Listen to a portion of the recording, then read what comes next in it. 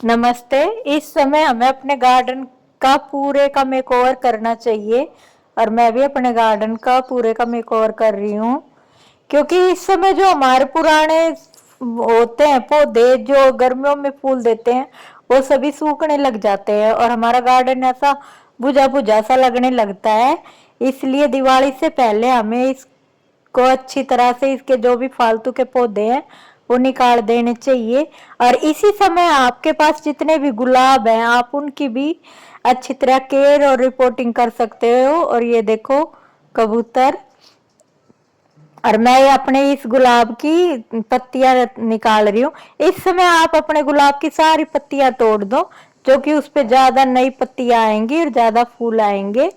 और जितनी भी सूखी डाली टहनी है वो सब काट के गुडाई करके खाद डाल दो, क्योंकि गुलाब के पौधे में हम अक्टूबर और नवंबर में ही गुड़ाई उड़ाई करके खाद वाद डालेंगे तो पूरी सर्दी हमें बहुत अच्छे फूल देगा।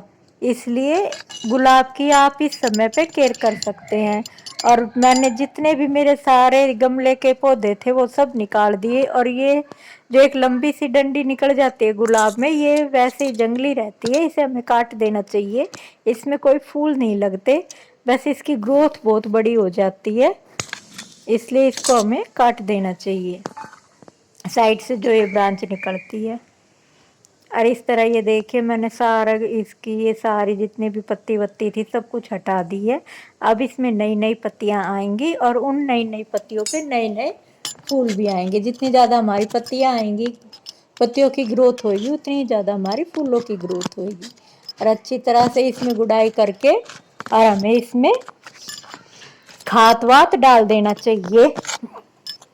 ये देखिए जैसे मैं कर रही हूँ, इस तरह आपके पास जितने भी गुलाब के पौधे हो आप अपने सारे गुलाब में इसी तरह से कर सकते हैं। और ये देखिए एक ही गुलाब खिला हुआ है, कितना सुंदर लग रहा है।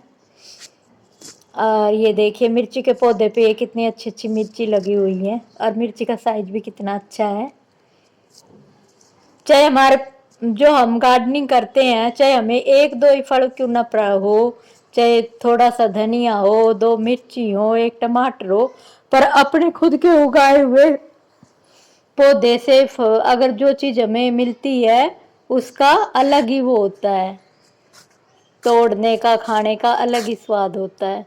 और ये सुंदर से फूल खिले हुए हैं, सारा गार्डन उथल पुथल हुआ है। और बीच बीच में मैं आपको दिखा रही हूँ जो चीज़ें अच्छी लग रही हैं इस गार्डन में। ये देखिए नीम के पेड़ का गमला टूट गया था, तो अब मैं इसे रिपोर्ट करूँगी। तो इसको ज़्यादा छेड़ने की ज़रूरत नहीं है, बस इसकी थोड़ी थोड़ी सी मिट्टी निकाल के हम इसको ऐसे के ऐसे इस बाल्टी में लगा देंगे। अगर हम इसकी सारी मिट्टी विट्टी हटा के लगाएंगे तो इसकी जड़ डिस्टर्ब हो जाएगी और फिर ये पौधा ग्रो नहीं कर पाएगा। इसलिए हम इसकी ये थोड़ी थोड़ी सी मिट्टी हटा के बाल्टी में पहले जहाँ हमारे होल बने हुए हैं वहाँ पर हम इस तरह ठिकरी रख लेंगे या दिया रख लेंगे, फिर एक कपड़ा रख देंगे जो कि हमारा पानी पानी नीचे ड्रेनेज हो जाए और मिट्टी हमारी नीचे ना जाए और हमारे होल ना रुके। अब इसमें ये थोड़ी सी मिट्टी डाल के फिर मैं इस नीम के पौधे को ऐसे के ऐसे इस बाल्टी में लगा दूंगी। ये मेरे से उठाया नहीं जा रहा और इसको बाल्टी में अब मंजू लगाएगा। ये देखिए इसकी पहले ही मैंने बाल्टी के हिसाब से छटाई कटाई कर दी थी मिट्टी की और अब ये लग गया। और कितनी जल्दी कितनी आसानी से हमारा पौधा रिपोर्ट हो गया। ये देखिए मेरे गार्डन का हाल। और ये दीक्षांत मंजुल दोनों भाई भी मेरी बहुत हेल्प करते हैं और ये दोनों मेरी हेल्प ही कर रहे हैं।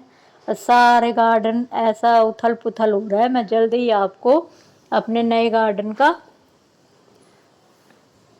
टूर करवाऊंगी कि मैंने किस तरह इसको फिर दोबारा से सजाया है। अभी तो मैंने सारे पौधों की कटाई छटाई कर दी, जितने भी गमलों में फालतू पौधे लगे हुए थे सब कुछ हटा दिए। सारा ये होता।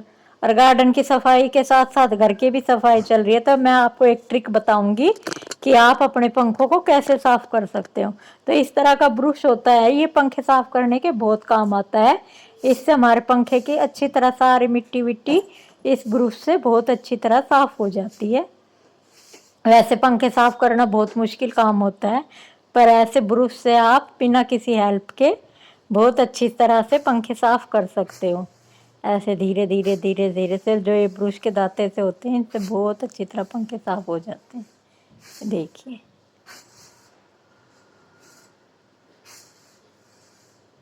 ऊपर की सफाई करके मैंने सोचा चलो घर की भी थोड़ी थोड़ी सफाई शुरू ही कर देते हैं, वरना एकदम से फिर ज़्यादा वो हो जाएगा।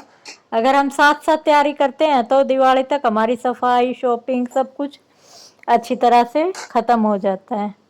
तो इस तरह आप अपने पंखे साफ कर सकते हैं। और अगर इन पंखों को ऊपर से साफ करना हो तो आप इस डंडी के ऊपर इस तरह ऐसे कपड़ा लपेट ले, और इससे ये ऊपर से भी बहुत अच्छी तरह साफ हो जाएंगे। सारी डस्ट इस कपड़े से निकल जाएगी। ये देखिए इस तरह आप धीरे धीरे से ऐसे साफ कर दें इस ब्रश के ऊपर ही कपड़ा लपेट के, तो सारी डस्ट हमारी इस कपड़े के साथ निकल जाएगी और हमें बिल्कुल भी दिक्कत नहीं होएगी। ये देखिए इस तरह आप अपने पंखों को आसानी से साफ कर सकते हो। मेरे को तो ये है टेक्निक बहुत अच्छी लगती है। ये देखिए बिना किसी हेल्प के आसानी से। अब कार्तिक मास शुरू हो जाएगा, तो आज मेरी पूजा भी थोड़ी जल्दी शुरू हो गई थी, खत्म हो गई थी, क्योंकि कार्तिक कहते हैं कार्तिक महीने में हमें सुबह जल्दी 5 बजे उठ के नहा लेना चाहिए। यह महीना भगवान विष्णु को बहुत प्रिय होता है, इसलिए इस महीने में हमें जल्दी ही उठ के नहा लेना चाहिए। तो मेरी पूजा जल्दी हो गई थी और मैंने सारा गार्डन अपना साफ कर दिया है।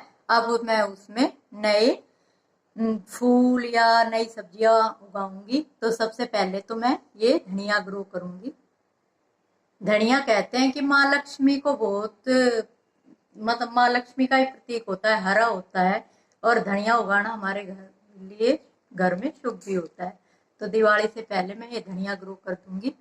तो चलो चलते हैं गार्डन में, पहले धनिया उगाते हैं, फिर मैं आपको अपने गार्डन का व्यू दिखाऊंगी। मैंने अपने गार्डन को सारे जितने भी बेकार के पौधे थे सब हटा दिए। अब मैं उसमें नए सर्दियों के पौधे लगाऊंगी।